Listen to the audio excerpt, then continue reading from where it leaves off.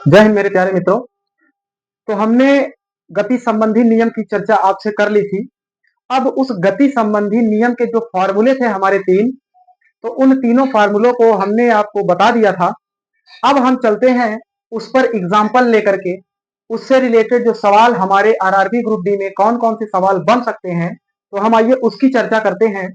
और उसकी चर्चा करने से पहले सबसे पहली बात यह है कि ऐसे प्रश्नों को हल करने के लिए हमें थोड़ा सा अपना दिमाग ये लगाना पड़ता है कि जैसे अगर आपसे कहा जाए अंतिम वेग और प्रारंभिक वेग, कि अंतिम वेग कब शून्य होता है और प्रारंभिक वेग कब शून्य होता है, इसकी चर्चा हम थोड़ी सी आपसे करते हैं ताकि आपको आगे आने वाले सवालों में दिक्कत ना हो। देखिएगा, जैसे हमने कहा कि कोई कार आ रही है किसी वेग से या किसी चाल से, मान लीजिए 10 किलोमीटर प्रति घंटा की चाल से अगर कोई कार या कोई ट्रेन या कोई वस्तु गति करते हुए आ रही है और वह रुक जाता है, अगर वह रुक जाता है तो जो उसका अंतिम वेग होगा वह वेग शून्य होगा। यानी सीधा सीधा कहने का मतलब कि हमारे आंखों के सामने जो होगा हमें केवल वही दृष्टिगत करना है, बस। जैसे कहने का मतलब कि अगर आप देख रहे हैं कि कोई गाड़ी रुकी हुई है, तो इसका मतलब है कि वह रुकी हुई अवस्था से चलेगी, तो जाहिर सी बात है वहां पर प्रारंभिक वेग हमारा क्या हो जाएगा, तो वहां पर प्रारंभिक वेग हमारा हो जाएगा शून्य। और वह किस गति से हमारे आंख के सामने से निकल गई, तो वह होगा अंतिम वेग। जैसे हमने कहा कि आप कोई किसी स्टेशन पे खड़े हैं, कोई ट्रेन किसी गति से आई और आपकी आंखों के सामने रुक गई, तो वह जिस गति से आई है वह आपका प्रारंभिक वेग होगा, और रुक गई है, विरामावस्था में आ गई है, तो उस समय उसका वेग यानी अंतिम वेग शून्य हो जाएगा। यानी आपके आंख के सामने जो घटना हो रही है केवल उसी को आप लेकर के चलेंगे। अब वो पता चला कि ट्रेन 60 किलोमीटर प्रति घंटा की रफ्तार से आ रही है और 60 किलोमीटर प्रति घंटा की रफ्तार से आपकी आंख के सामने से निकल गई, तो वहां पर प्रारंभिक वेग भी 60 किलोमीटर प्रति घंटा और अंतिम वेग भी 60 किलोमीटर प्रति घंटा। तो जो आपके सामने की घटना होगी, आपके आंख के सामने जो घटेगी, हम केवल वही दृष्टिगत करते हुए चलेंगे। जैसे हमने कहा कि कोई वस्तु है वह विरामावस्था से चलती है और विरामावस्था से चलकर वह 10 किलोमीटर प्रति घंटा की चाल से चली जाती है, तो हमारे आंख के सामने से वह विरामावस्था में थी यानी प्रारंभिक वेग शून्य, और वह जितने की रफ्तार से गई है वह हमारा अंतिम वेग हो जाएगा। और जाहिर सी बात है कि जब विरामावस्था से चलेगी तो उसमें त्वरण उत्पन्न होगा, और जब रुकेगी तो उसमें मंदन उत्पन्न होगा। तो हम एक एक क्वेश्चन की चर्चा आपसे करते हुए चलेंगे। आइए देखते हैं हमारा पहला क्वेश्चन क्या है। तो हमारा पहला क्वेश्चन है, देखिएगा कि विरामावस्था से विरामावस्था से कोई वस्तु विरामावस्था से कोई वस्तु मान लीजिए 5 सेकंड में 50 मीटर प्रति सेकंड की रफ्तार, यानी 5 किलोमीटर प्रति सेकंड की चाल बोल दीजिए, 50 मीटर प्रति सेकंड की से चाल से चाल से विरामावस्था से कोई वस्तु 5 सेकंड में 50 किलोमीटर प्रति घंटा की चाल से चलती है चलती है, तो त्वरण क्या होगा? त्वरण क्या होगा? ऐसे ही क्वेश्चन आपको देखने को मिलेंगे आपके आरआरबी ग्रुप डी के पेपर में। क्योंकि आरआरबी ग्रुप डी के पेपर में न्यूमेरिकल से ज्यादा पूछे जाते हैं। खैर, पूछने को तो हमें वैसा क्वेश्चन भी देखने को मिलेगा जो न्यूमेरिकल नहीं होगा, लेकिन आपको न्यूमेरिकल भी वहां पर देखने को मिलेंगे। अब वो किस सब्जेक्ट से आपको न्यूमेरिकल देखने को मिलेंगे वो तो पेपर में ही पता चलेगा। तो हम पेपर के किसी भी क्वेश्चन का न्यूमेरिकल हो, ऑब्जेक्टिव क्वेश्चन हो, वो हम छोड़ेंगे नहीं, यानी सारा का सारा आपको बताएंगे। तो देखिएगा, यहां पर कहा गया कि विरामावस्था से कोई वस्तु 5 सेकंड में 50 मीटर प्रति सेकंड की चाल से चलती है, तो त्वरण क्या होगा? हमने आपको 3 फॉर्मूले बताए थे, यहीं पे मैं लिखे देता हूं तीनों। पहला हमने आपको बताया था v बराबर u प्लस ए टी, दूसरा हमने आपको बताया था यस बराबर U T plus half a t square, और तीसरा हमने आपको बताया था वी स्क्वायर बराबर यू स्क्वायर प्लस 2a, जहां पर v हमारा अंतिम वेग होगा, v हमारा अंतिम वेग v हमारा अंतिम वेग, u हमारा प्रारंभिक वेग, u हमारा प्रारंभिक वेग, s दूरी, s दूरी और t समय और a किसको दर्शाएगा, तो a दर्शाएगा त्वरण को। यानी v हमारा अंतिम वेग होगा, u हमारा प्रारंभिक वेग होगा, s हमारा दूरी होगा और t समय होगा और a हमारा त्वरण होगा। तो ध्यान से देखिएगा यहां पर दोस्तों कहा गया है कि विरामावस्था से, कहां से भैया, विरामावस्था से, यानी आपके आपके आंख के सामने कोई वस्तु विरामावस्था में है यानी रुकी हुई है। अब वह रुकी हुई है तो रुकी हुई जो स्थिति होगी वहां से वह चलना स्टार्ट करेगी, तो वहां पर हमारा प्रारंभिक वेग क्या हो जाएगा, तो वहां पर हम कहेंगे हमारा प्रारंभिक वेग शून्य हो जाएगा। क्या हो जाएगा, हमारा प्रारंभिक वेग शून्य हो जाएगा। और फिर आगे देखिएगा क्या कह रहा है, 5 सेकंड, यानी यहां पर टाइम हमें दे रखा है 5 सेकंड। क्या दे रखा है, 5 सेकंड। और जो हमारा चाल है, यानी देखिएगा विरामावस्था से चल रही है तो प्रारंभिक वेग हमारा क्या हो गया, शून्य। अब आंख के सामने से ये 50 मीटर प्रति सेकंड की चाल से चलती है, तो जाहिर सी बात है v हमारा जो अंतिम वेग होगा वो क्या हो जाएगा, 50 मीटर प्रति सेकंड। और आपसे पूछ रखा है कि त्वरण क्या होगा, त्वरण क्या होगा। अब ध्यान रखिएगा, आप इन सवालों को तभी हल कर सकते हैं जब आप इन सवालों को कुछ इस रूप में लिखना जान जाएंगे तब। अगर आप इस रूप में लिखना जान गए तो आप सवाल हल कर पाएंगे, आपको सवाल हल करने में कोई प्रॉब्लम नहीं होगी। अब देखिएगा इसके आगे, अब यहां पर देखिएगा आपको u दिया हुआ है, t दिया हुआ है, v दिया हुआ है और a आपसे पूछ रहा है, यानी यहां पर दूरी की कोई चर्चा नहीं की गई है, दूरी की चर्चा नहीं की गई है। और जब दूरी की चर्चा नहीं की गई है तो ध्यान से देखिएगा, यहां पर हमारे 3 समीकरण है, जिसमें से 2 समीकरण में आपका ये यस आया हुआ है यानी दूरी आया हुआ है। तो यहां पर हमसे दूरी तो पूछा नहीं है, अगर दूरी हमसे पूछा होता तो पहले हम त्वरण निकालते फिर दूरी निकालते, और दूरी निकालने के लिए हमें त्वरण की आवश्यकता तो होगी ही होगी, जाहिर सी बात है। यानी यहां पर आपके देखिए 1 2 3 4 5, 5 वेरिएबल दिए हुए हैं, कोई 4 वेरिएबल आपको अगर दे रहा है तो एक वेरिएबल पूछेगा। और यहां पे देखिए 1 2 3 4, 4 वेरिएबल हैं। अगर जिस फार्मूले में 4 वेरिएबल हैं तो आपको 3 वेरिएबल देगा और एक वेरिएबल आपसे पूछेगा। तो ध्यान दीजिएगा, यहाँ पे आपसे 3 वेरिएबल दे रखा है और एक वेरिएबल का मान पूछ रखा है, और यहाँ पर दूरी की चर्चा नहीं है। तो आप बताइए कि इन तीनों में से, इन तीनों समीकरणों में से किस समीकरण से हमारा सवाल हल हो जाएगा। आप कहोगे पहले वाले से। कौन से, पहले वाले से। तो पहला वाला आप यहाँ पर फार्मूला लगा दीजिए, हम यहाँ पर हल करते हैं। पहला वाला फार्मूला क्या है, v बराबर u प्लस ए टी। आइए हम रख देते हैं। v का मान हमारा कितना दिया हुआ है, तो v का मान दिया हुआ है 50 मीटर प्रति सेकंड। u का मान क्या है, आप कहोगे शून्य है। a का मान हमसे पूछा है और t का मान क्या दे रखा है, t का मान दे रखा है 5 सेकंड। अब इसको हल करिएगा, इसको हल करेंगे कैसे आप, 50 बराबर जीरो का जोड़, भैया यहाँ जीरो है इसका जोड़ हो रहा है, तो जीरो का जोड़ आप चाहे 1 में जोड़े, चाहे 2 में जोड़े, चाहे 3 में जोड़े, आपका वही आंसर आना है। तो a इंटू 5, a इंटू 5। अब जब यहां पर ये गुणे में है और बराबर के इधर आएगा तो जो संख्या है हमारी पलट जाएगी, यानी गुणा में है तो भाग में हो जाएगी, भाग में है तो गुणा में हो जाएगी, प्लस है तो माइनस हो जाएगा और माइनस है तो प्लस हो जाएगा। आइए आगे हल करते हैं।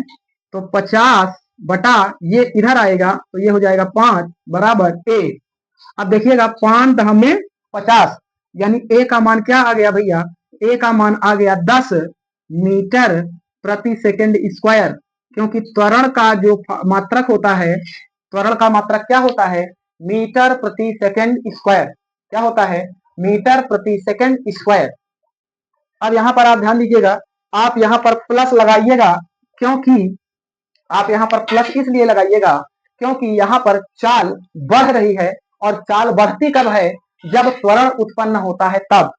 और चाल घटती कब है, जब मंदन होता है, और जब मंदन होता है तो वहां पर हम ये चिन्ह क्या लगाते हैं, माइनस का। किसका चिन्ह लगाते हैं, माइनस का, क्योंकि वहां पे त्वरण क्या हो रहा होता है, घट रहा होता है। तो ये हमारा पहला क्वेश्चन रहा, आप इसका एक स्क्रीनशॉट ले लीजिएगा फिर चलते हैं अपने दूसरे क्वेश्चन की तरफ।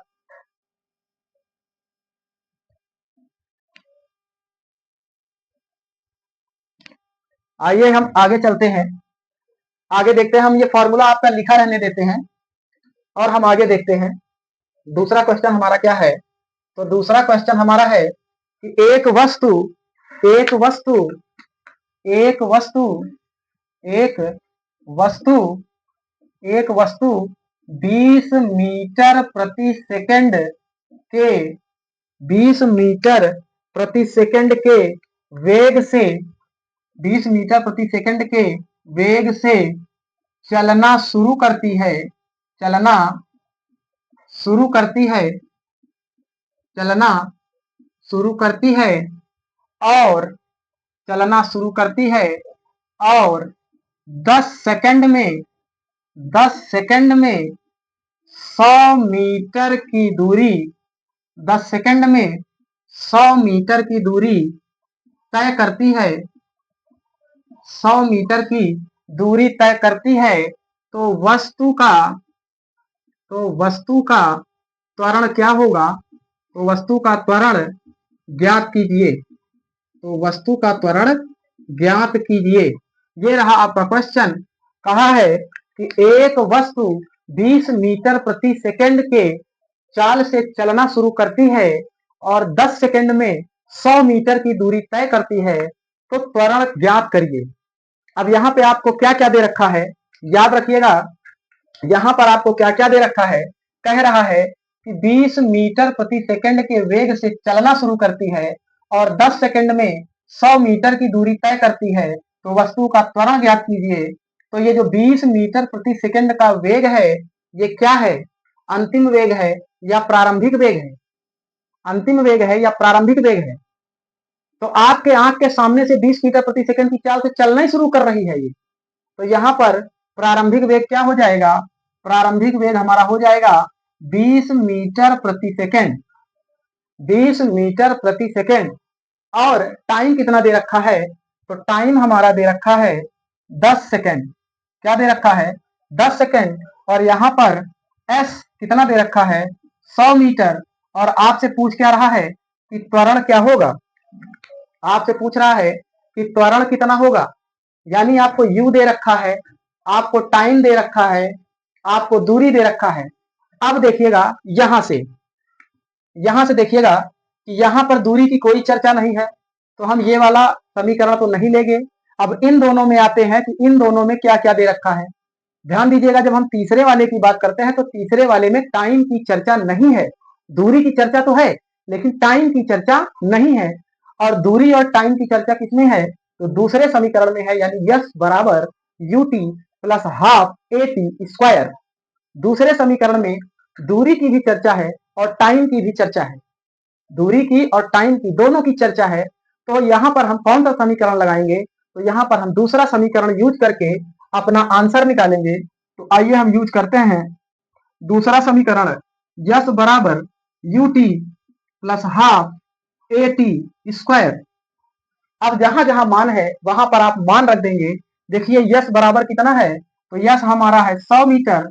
यू हमारा कितना दे रखा है? 20 दे रखा है। और टाइम कितना दे रखा है? तो टाइम हमारा 10 दे रखा है। फिर प्लस हाफ ए हमसे पूछा गया है कि त्वरण कितना है, तो हम यहाँ इंटू ए कर देंगे। फिर इंटू टी का स्क्वायर। टाइम कितना दे रखा है? तो टाइम 10 सेकेंड दे रखा है, तो हम यहाँ कर देंगे 10 का स्क्वायर। अब इसको हल करते हैं। यहाँ पर आ गया आपका 100 बराबर 20 दहम में 200, फिर प्लस हाफ हाफ इंटू ए इंटू 10 का स्क्वायर यानी 100। और जब हम इसको काटेंगे तो 2 से हमारा कितनी बार जाएगा? 50 बार जाएगा। अब देखिएगा इस 200 को हम इधर बुला लेते हैं, क्योंकि यहाँ पर चर और अचर दोनों है। और यहाँ पर देखिएगा अचर और अचर है, यानी जिसके साथ X Y Z A B C D लगा होगा, तो जो ए बी सी डी होगा वो हमारा चर होगा और जो संख्याएं होंगी हमारा अचर होगा। तो चर पद को एक तरफ और अचर पद को एक तरफ रख के हम हल करते हैं। तो देखिएगा 200 को हम इधर लेके आते हैं तो ये हो जाएगा 100 माइनस 200 बराबर इधर क्या बचा? a into 50। क्या बचा, a गुणे 50। अब देखिएगा 100 में से -200 गया तो आपका कितना आया, -100, फिर बराबर a गुणे 50, a गुणे 50, और जब 50 को इधर पक्षांतर करेंगे तो a बराबर हो जाएगा 100/50, वो भी कैसा, माइनस का, क्योंकि यहां पर देखिए माइनस का चिन्ह लगा हुआ है, और 50 को जब इधर हम पक्षांतर करेंगे तो भाग हो जाएगा, तो आएगा a बराबर -100/50।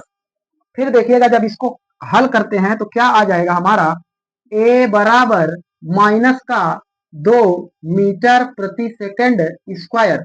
यानी अब ध्यान दीजिएगा यहाँ पर a का मान माइनस में आया है, किसमें आया है, माइनस में आया है, और जब माइनस में आया है तो ये हमारा क्या होगा, चाल बढ़ेगी या फिर घटेगी, चाल हमारा बढ़ेगा या फिर घटेगा, आप कहोगे घटेगा, यानी ये क्या है, तो ये है मंदन। क्या है भैया, तो मंदन है, क्या है, मंदन। यहां पर मंदन निकल के आया क्या, -2 मीटर प्रति सेकंड स्क्वायर, यानी -2 मीटर प्रति सेकंड स्क्वायर का क्या लग रहा है, मंदन लग रहा है। अब आप यहां से ही देखिएगा कि 20 मीटर प्रति सेकंड के वेग से चलना शुरू करती है और 10 सेकंड में 100 मीटर की ही दूरी तय करती है, 100 मीटर की ही दूरी तय करती है। आप यहीं से अगर अंदाजा लगाइए कि 20 मीटर प्रति सेकंड के वेग से चलना शुरू करती है, तो यानी जब 20 मीटर प्रति सेकंड के वेग से चलना शुरू करती है तो हर सेकंड में इसको 20 मीटर जाना चाहिए, और 10 सेकंड में इसे कितना चलना चाहिए, 200 मीटर, लेकिन चला कितना है, 100 मीटर। यानी कहने का मतलब मंदन आया होगा तभी तो इतने का मंदन से चल रही है, तभी तो 100 मीटर की दूरी तय कर पाई है। यानी यहाँ पर क्या होगा, यहाँ पर मंदन होगा, और मंदन का मान कितना आएगा, a बराबर -2 मीटर प्रति सेकंड स्क्वायर। आप इसका एक स्क्रीनशॉट लीजिएगा, फिर आगे चलते हैं दूसरे क्वेश्चन पे।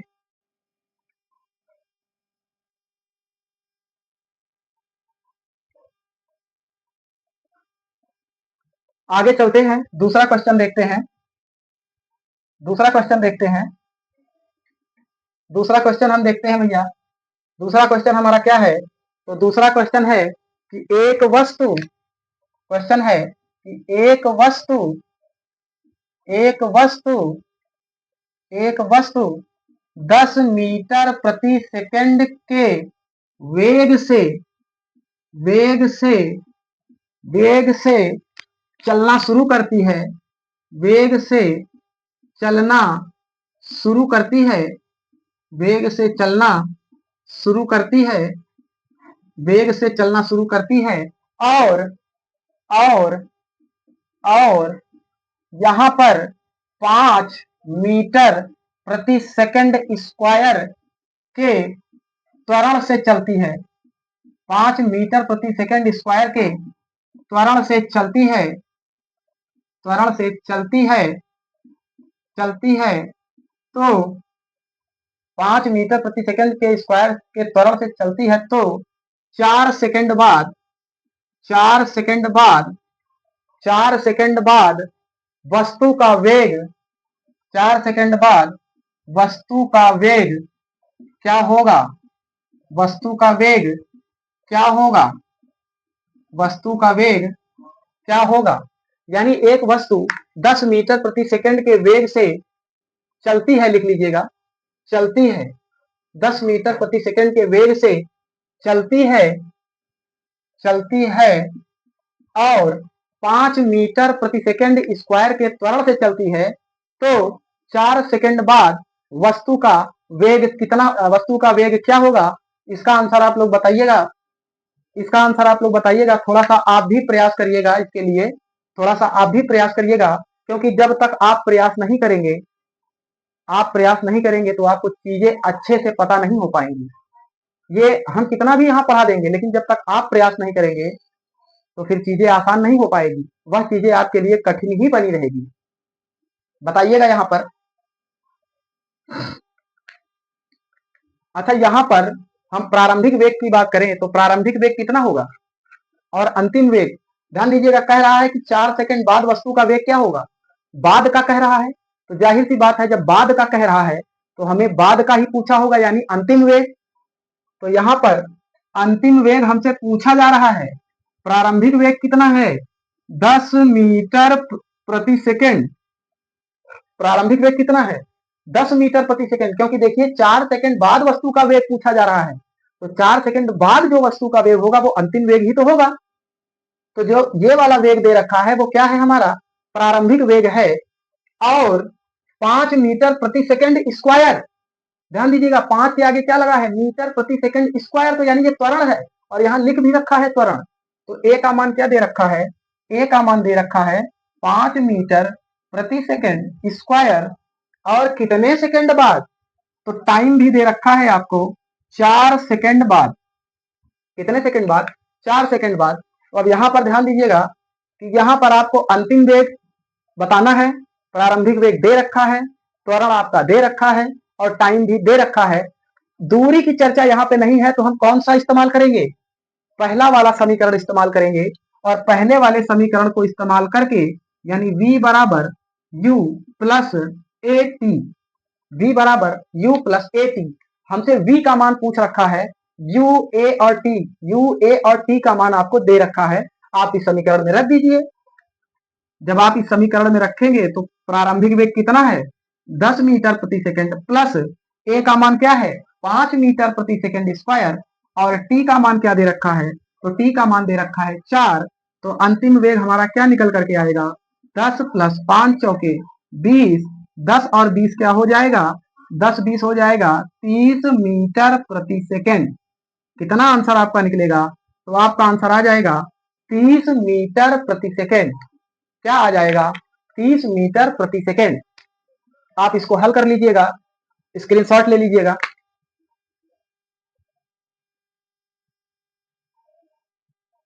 आइए हम आगे चलते हैं, अगला क्वेश्चन देखते हैं।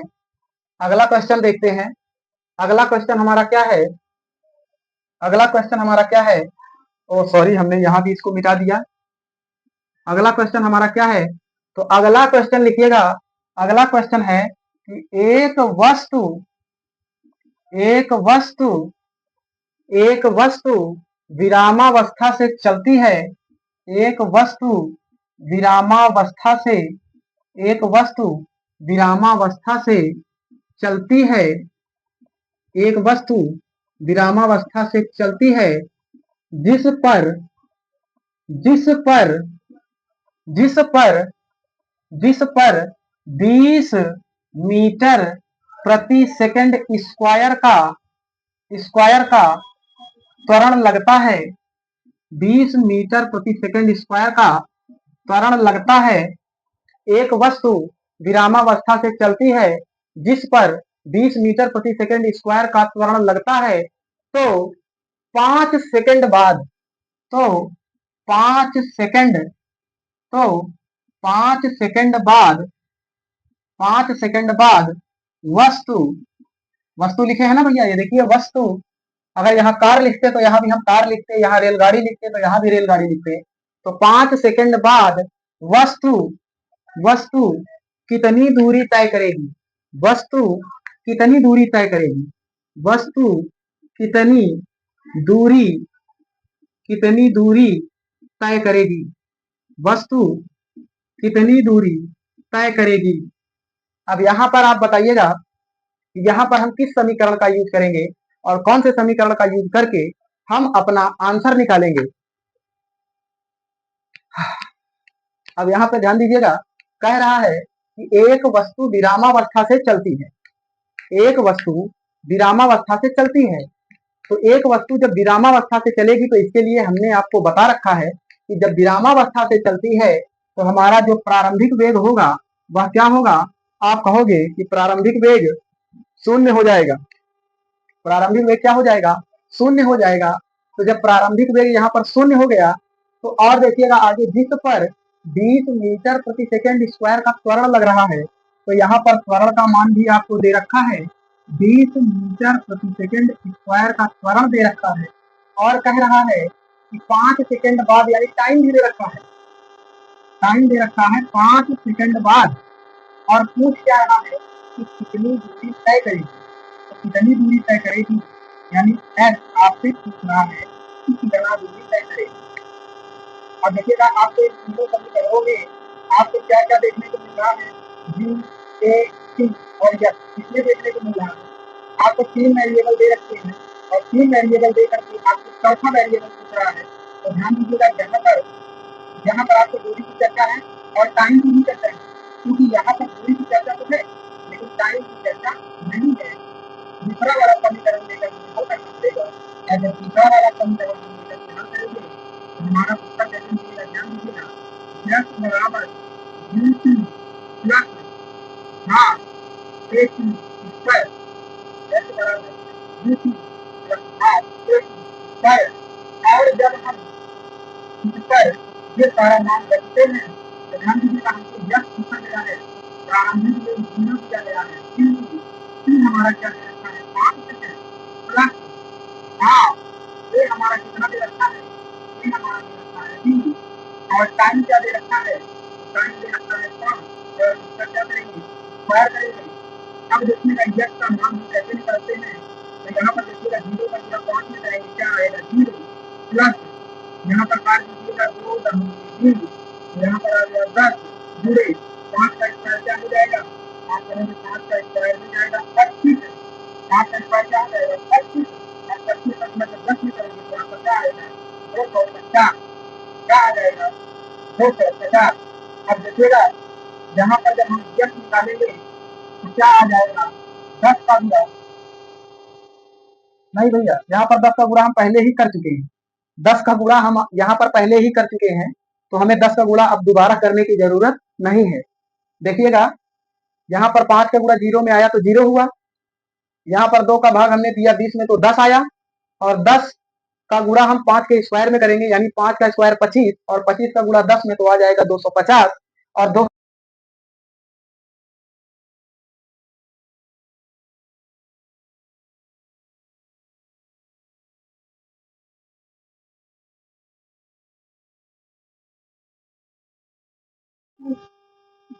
अब देखते हैं हम अपना अगला क्वेश्चन।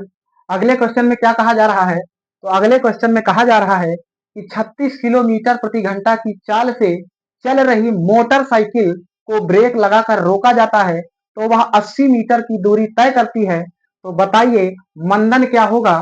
तो जाहिर सी बात है कि जब मोटरसाइकिल रुकेगी तो उसका त्वरण कम होगा, निगेटिव होगा। जब त्वरण कम होता है या निगेटिव होता है तो हम उसे क्या कहते हैं, मंदन कहते हैं। और मंदन किसमें आता है, पॉजिटिव या निगेटिव, तो आप कहेंगे निगेटिव में आता है। यह हमने आपको पहले क्लास में बता रखा है। 36 किलोमीटर प्रति घंटा की चाल से चल रही मोटरसाइकिल, भैया मोटरसाइकिल पे भी घूम लिया जाना चाहिए। तो देखिएगा, अच्छा 36 किलोमीटर प्रति घंटा, हमने आपको इसके पिछले क्वेश्चन में मीटर प्रति सेकंड बताया हुआ था।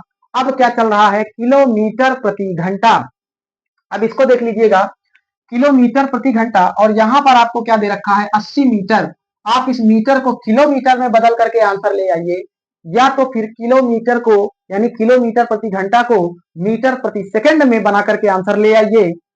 तो आइए हम चलते हैं और देखते हैं क्या भैया, कि देखिएगा जब हम बात करते हैं किलोमीटर प्रति घंटा को मीटर प्रति सेकंड में बनाने की, तो हम गुणा करते हैं 5/18 से। जो किलोमीटर प्रति घंटा में हमारा मान दिया होता है उसका गुणा हम करते हैं 5/18 से।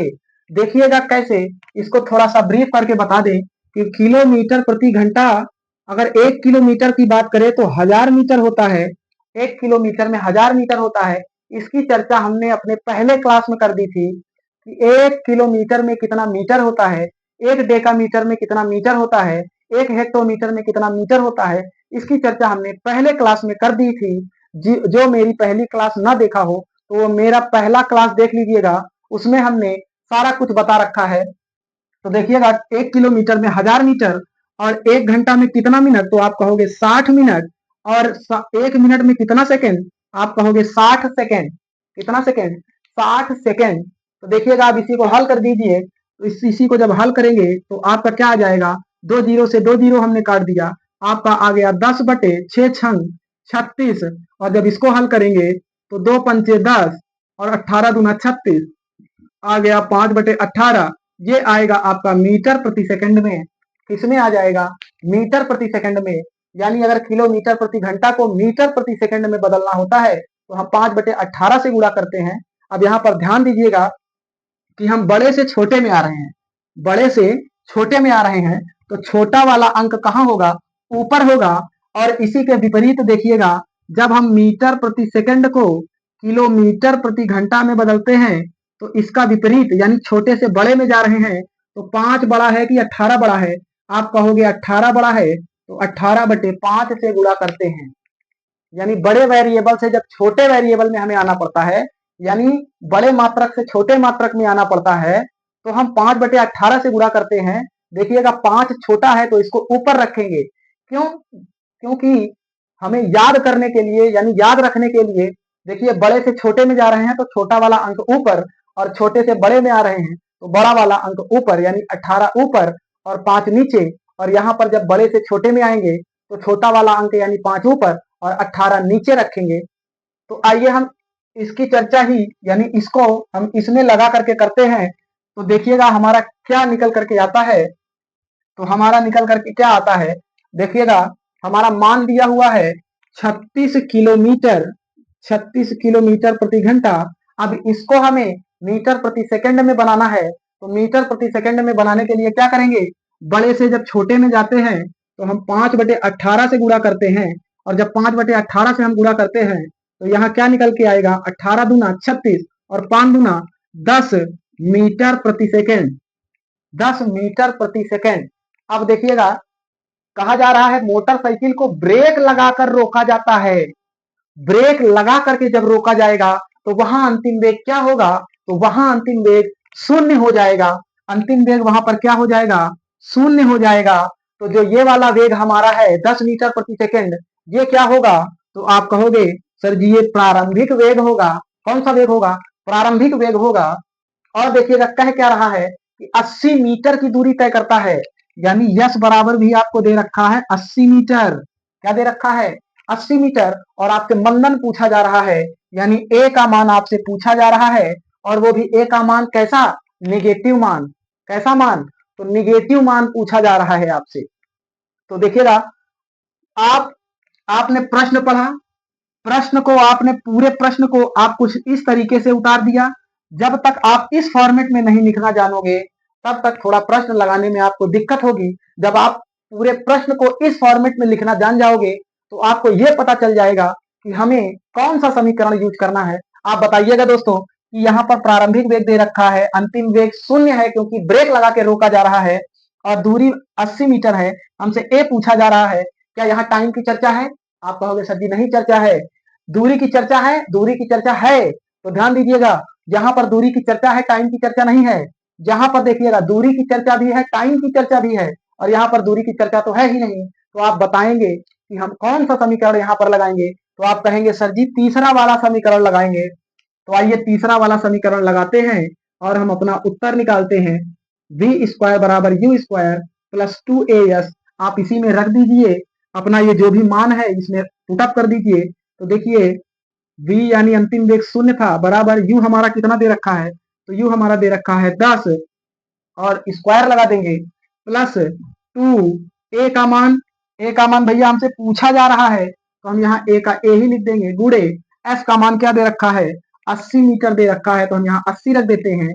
अब आइए इसको हल करते हैं। 0 का स्क्वायर 0, 10 का स्क्वायर आप कहोगे सर जी 100, प्लस 8 दूना 16 यानी 160, और ए।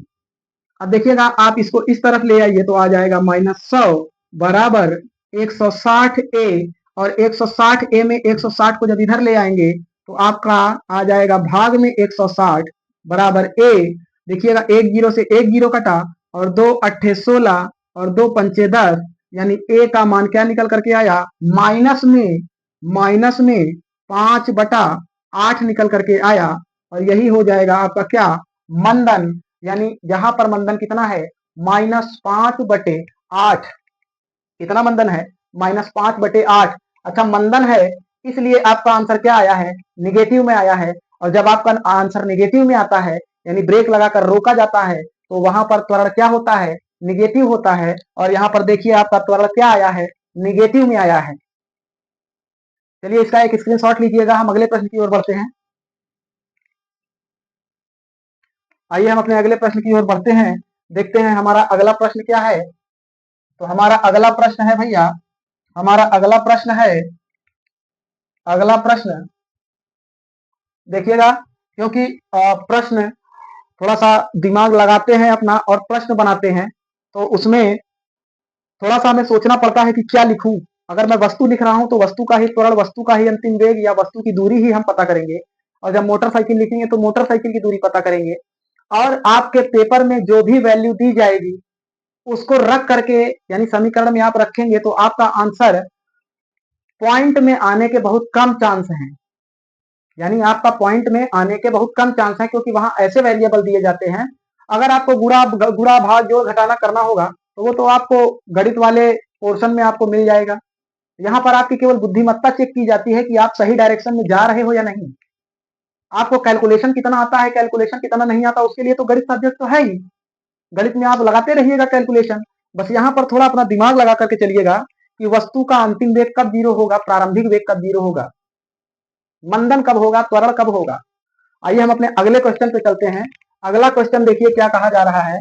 अगला क्वेश्चन, अगला क्वेश्चन, अगला क्वेश्चन लिखिएगा आप लोग कि 60 मीटर, 60 मीटर प्रति सेकंड के वेग से, 60 मीटर प्रति सेकंड के वेग से चल रही, चल रही कार लिख लीजिएगा। 60 मीटर प्रति सेकंड के वेग से चल रही कार को, कार को रोकने के लिए, कार को रोकने के लिए 60 मीटर प्रति सेकंड के वेग से चल रही कार को रोकने के लिए, रोकने के लिए 10 मीटर प्रति सेकंड स्क्वायर का, 10 मीटर प्रति सेकंड स्क्वायर का मंदन लगाया जाता है, मंदन लगाया जाता है, मंदन लगाया जाता है। तो तो वस्तु, वस्तु कितनी दूरी, वस्तु कितनी दूरी, कितनी दूरी पर, कितनी दूरी पर रुकेगी, वस्तु कितनी दूरी पर रुकेगी, वस्तु कितनी दूरी पर रुकेगी।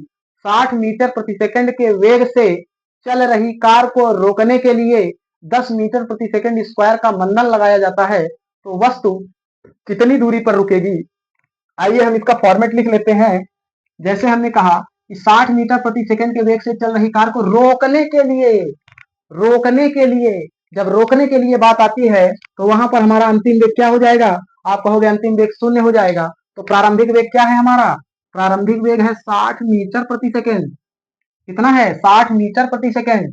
और रोकने के लिए 10 मीटर स्क्वायर का मंदन लगाया जाता है, ध्यान दीजिएगा, मंदन लगाया जाता है।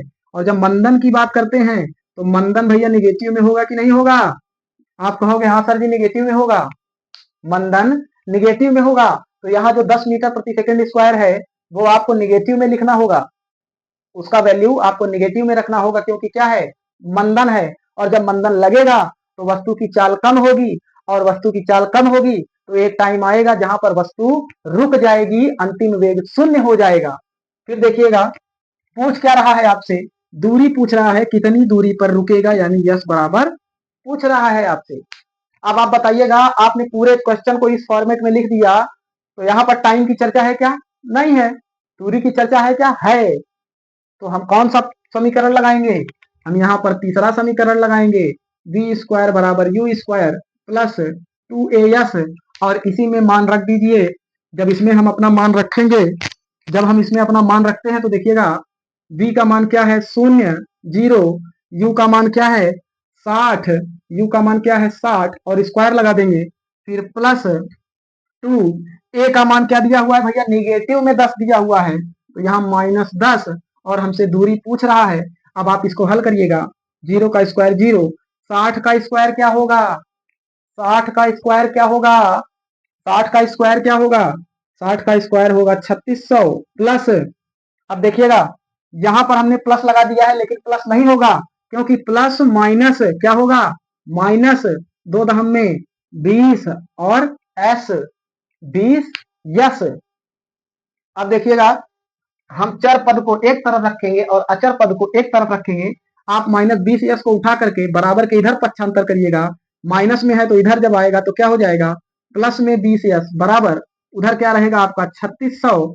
और जब 20 देखिए एस का गुणा है 20, यानी 20 का एस में गुणा है, जब बराबर के इधर ले आएंगे तो क्या हो जाएगा, भाग में हो जाएगा, यानी बटे 20 हो जाएगा, 3600 बटे 20।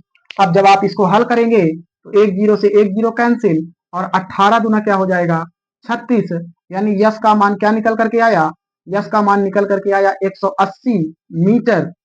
क्या निकल करके आया भैया, 180 मीटर निकल करके आया। यानी मंदन लगाए जाने के बाद वस्तु कितनी दूरी पर रुकेगी, तो वस्तु 180 मीटर की दूरी तय करने के बाद रुक जाएगी। तो हमने आपको इन समीकरणों पर दो दो क्वेश्चन आपको बताए हैं। अब आप लगातार अभ्यास करिएगा, क्योंकि जितना आप अभ्यास करेंगे उतना ही आपके लिए चीजें सरल हो जाएंगी। और हम कितना भी पढ़ा ले आपको यहाँ पर, जब तक आप अभ्यास नहीं करोगे तो फिर चीजें आपको समझ में नहीं आएंगी, और पेपर में जब बैठेंगे तो अपना सर खजिलाएंगे कि अरे यार सर ने तो पढ़ाया था, हम ही नहीं पढ़ पाए। तो आप लोग लगातार कोशिश करते रहिएगा। और आरआरबी ग्रुप डी में ये पूछे जाने की, यानी न्यूमेरिकल, फिजिक्स से न्यूमेरिकल जरूर पूछे जाते हैं। तो अब हम इसके आगे जो चर्चा करेंगे वो गुरुत्वीय त्वरण पे करेंगे। और गुरुत्वीय त्वरण का मान क्या होता है, आप कहोगे 9.8 मीटर पर सेकेंड। लेकिन जब हम न्यूमेरिकल हल करेंगे तो हम जी का मान 10 मीटर प्रति सेकेंड स्क्वायर रख करके हल करेंगे। तो देखिएगा, हमने आज यहां तक देख लिया है। अब जो कल की चर्चा करेंगे, तो हम कल चर्चा क्या करेंगे कि ऊपर से कोई वस्तु फेंकी जाती है या गिराई जाती है तो उस पर हम कैसे सवाल हल करेंगे, इसकी चर्चा हम करेंगे अपने अगले क्लास में। तो आज के लिए इतना ही। आप सबको धन्यवाद। जय हिंद।